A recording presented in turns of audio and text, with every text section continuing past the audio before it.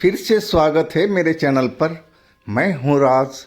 आप देख रहे हैं हाईवे 33। दोस्तों, आज की जो कहानी है ये भरत जी का है। भरत जी एक ट्रक ड्राइवर हैं और ये दीमापुर में रहते हैं, नागालैंड में। इनके साथ में जो घटना हुई थी ये 1990 की दशक की बात है। तो चलते हैं दोस्तों भरत जी की कहानी में। लेकिन दोस्तों, आपने मेरे चैनल को सब्सक्राइब नहीं किया है तो प्लीज़ कर लीजिए और साथ में बेल आइकन को भी प्रेस कर दीजिएगा ताकि वीडियो का नोटिफिकेशन आपके पास में जाता रहे। तो चलते हैं दोस्तों हाईवे 33 के इस सफ़र पर। आप तैयार हो जाइए। दोस्तों, मेरा नाम भरत है। मेरा परिवार दीमापुर में ही बसा हुआ था। वैसे तो हम लोग बिहार के रहने वाले थे और मैं जब बड़ा हो गया तो मैं ट्रक चलाने लगा था। मेरे पिताजी भी ट्रक का ही काम करते थे। मेरे पास में एक छोटा ट्रक था जिसको मैं अकेला ही चलाया करता था। मैं कुछ माल लेकर के दीमापुर से करीब करीब 150 किलोमीटर के आसपास मैं गया था उस माल को छोड़ने के लिए। और जब मैं उधर से वापसी आ रहा था तब की ये बात है।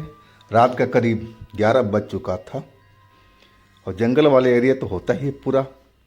दोनों साइड में जंगल घने घने दिखाई पड़ रहे थे। लेकिन हम लोग का तो रास्ता आम था कि हम वहीं के पले हुए थे। एक एक जगह वहाँ का मुझे पता था। अब मैं बड़े आराम से अपना ट्रक चलाता हुआ अपने घर वापसी कर रहा था।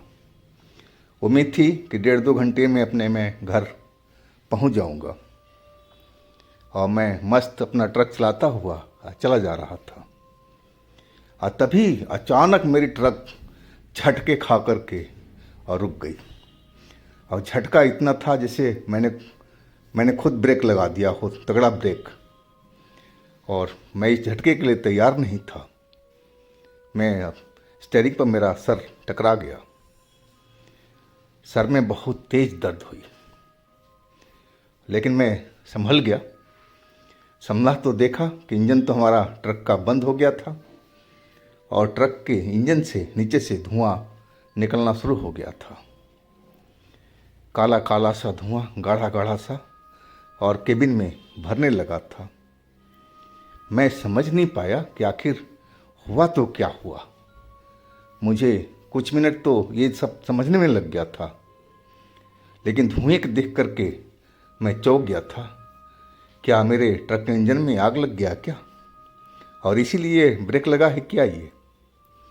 मैं हैरान था और डर भी लग रहा था।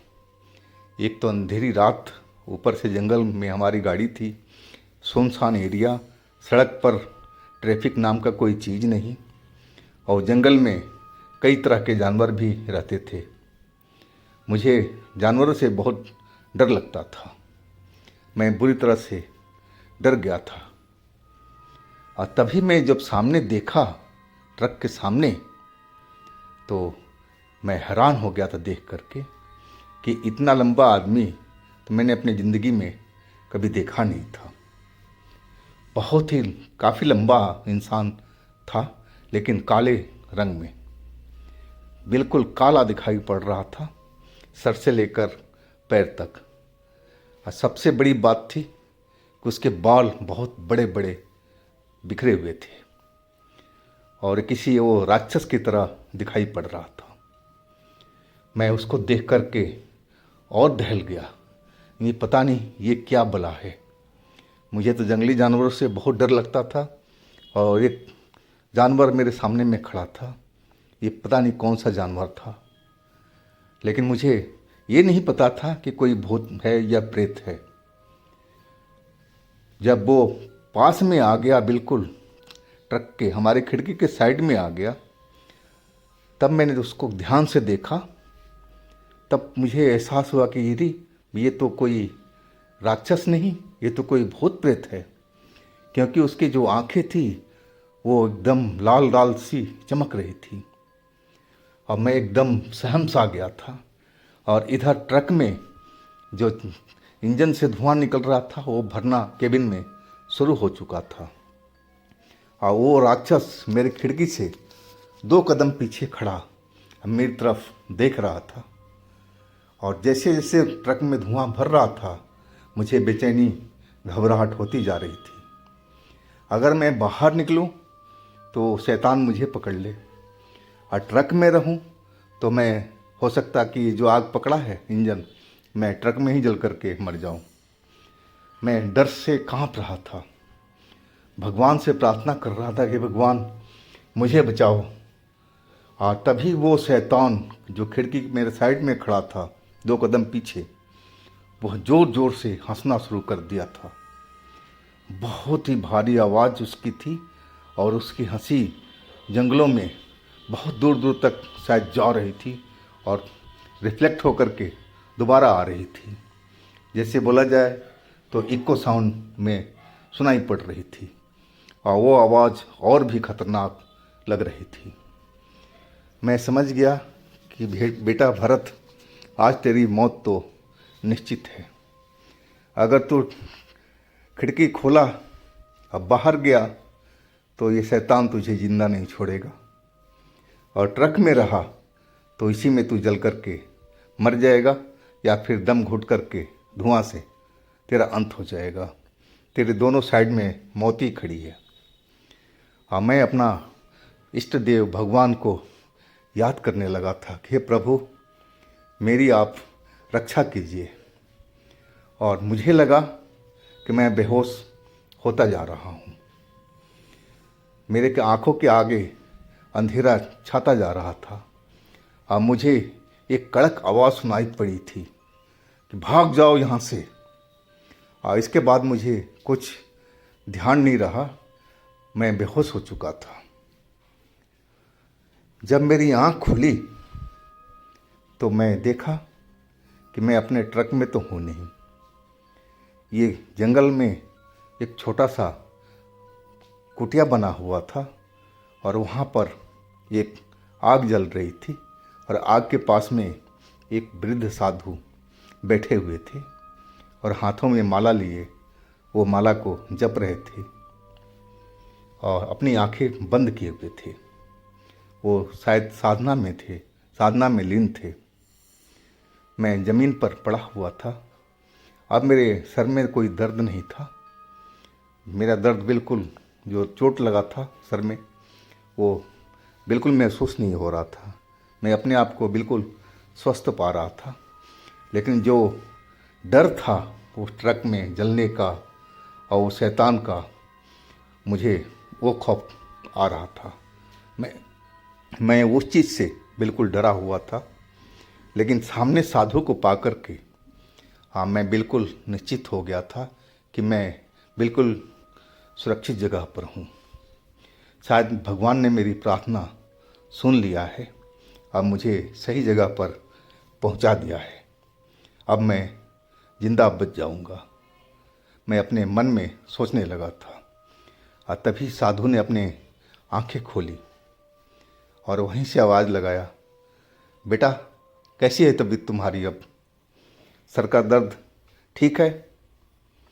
मैं जो लेटा हुआ था उठ करके बैठ गया और दोनों हाथ जोड़ करके और बाबा को प्रणाम किया कि हाँ बाबा, सर का दर्द मेरा सही है। लेकिन मेरे मन में ख्याल आया कि बाबा को कैसे पता है। लेकिन जब इतना कुछ होने के बाद में अब पूछने वाली कोई बात ही नहीं थी, बाबा तो बाबा थे। और तभी बाबा बोले कि बेटा अभी रात है, अभी तुम्हारा ट्रक पर जाना सही नहीं है। वो शैतान महीनों में एक बार जागता है, और जागता है तो इस रोड पर उत्पात मचा देता है। जो भी रोड पर मिलता है उसे छोड़ता नहीं है। बेटा अब तुम सुबह ही यहाँ से जाना। वो तो भगवान की माया से पता नहीं मैं कैसे उस रोड पर आ गया था और मैं वो सब देख लिया था। अब मैं समझ गया था कि वो शैतान तुम्हें छोड़ेगा नहीं।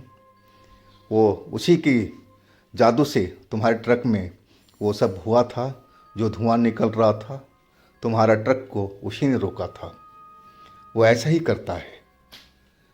और वो धुआं से ट्रक तुम्हारा कोई नुकसान नहीं हुआ होगा। सुबह तुम जाओगे तो सब कुछ सही मिलेगा। वो शैतान को तो मैं उस टाइम डांट करके भगा दिया था और चला गया था मेरे डर से, लेकिन कोई भरोसा नहीं बेटा, पता नहीं कब वो फिर तुम्हारे पास में आ जाए। ये अभी जाना तुम्हें ठीक नहीं है, तुम सुबह ही जाना और अभी तुम आराम करो, अभी सो जाओ, अभी रात बहुत है, सुबह होने में अभी 3 घंटे का टाइम लगेगा और तब तक तुम सो जाओ। और बाबा फिर ध्यान में लग गए थे, अपनी आंखें मूंद ली थी और माला को फेरने लगे थे, जप करने लगे थे। मैं उनकी बातें सुन कर के अब पूरा डर चुका था कि भला कौन सा शैतान है। मैं बाबा से पूछना चाहता था कि बाबा कौन सा शैतान है जो महीने में एक बार जागता है, बाकी दिन सोता है, कौन सा भूत है, लेकिन मैं पूछ नहीं पाया क्योंकि वो ध्यान में लग चुके थे।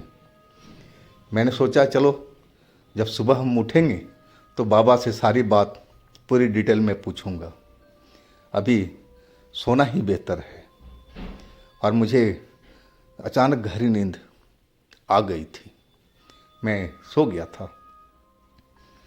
सुबह जब मेरी आँख खुली तो ट्रैफिक की आवाज़ से मेरा नींद खुला था। मैं हड़बड़ा करके उठा कि जब बाबा को देखते हैं, लेकिन मैं तो अपना ट्रक में था।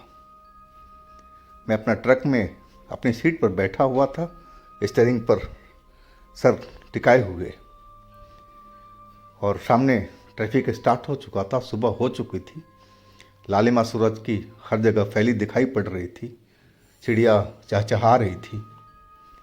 अब मैं एकदम आश्चर्य में रह गया था कि मैं रात में तो बाबा की कुटिया में था और अभी मैं कैसे आ गया, क्या बाबा ने मुझे यहाँ पर पहुँचा दिया। मैं बाबा से तो पूछ भी नहीं पाया कि और वो शैतान कौन था। मैं सारी बात तो मेरी अधूरी रह गई थी और मैं एकदम आश्चर्य में था। मैं देखने लगा अपने ट्रक को कि जो रात में धुआं निकल रहा था इंजन से, वाकई हमारा ट्रक सुरक्षित है। तो मैं हर तरफ देखा, मेरे ट्रक में कोई भी नुकसान नहीं हुआ था, कहीं भी जलने का निशान नहीं था। मैं जल्दी से नीचे उतरा और पूरा अपना ट्रक का राउंड मार लिया। मेरा ट्रक बिल्कुल सही सलामत था, कोई भी नुकसान नहीं था ट्रक का। अब मैं बारी था ट्रक स्टार्ट करने की, और मैं जब ट्रक स्टार्ट किया तो भी एक ही बार में हमारा ट्रक स्टार्ट हो गया था। अब मैं स्टीयरिंग पर बैठा सोचता रहा कि जो रात में मेरे साथ में हुआ था, क्या था ये सब, क्या था, मैं समझ नहीं पा रहा था। अगर वो साधु बाबा नहीं आते तो शैतान मुझे मार ही डालता। अगर मैं ट्रक में रहता तो मेरा दम घुट करके धुआं से मर जाता, और बाहर निकलता तो वो शैतान प्रेत मुझे मार ही डालता। शायद भगवान ने मेरी बात को सुन लिया था कि भरत आज फंस चुका है और मदद करना ज़रूरी है, और वही हुआ होगा। तो दोस्तों, ये थी भरत जी की कहानी। अगर आपके पास भी अपनी कोई स्टोरी है, कोई अपनी आप बीती है, कोई घटना है, तो मुझे इंस्टाग्राम पर या मेरे व्हाट्सएप नंबर पर शेयर कीजिएगा। मैं आपकी कहानी को ज़रूर बनाऊंगा। और मेरे दूसरे चैनल पर भी विज़िट कीजिएगा, उसमें भी अच्छी अच्छी कहानियाँ भरी पड़ी हैं। लिंक मैं नीचे डिस्क्रिप्शन बॉक्स में दे रखा हूँ, तो एक बार आप ज़रूर विज़िट कीजिएगा और कहानियों का आनंद लीजिएगा। तो दोस्तों, फिर हम मिलते हैं एक नई कहानी में, एक नए दिन में। आप लोग अपना बहुत ही ख्याल रखिएगा। नमस्कार।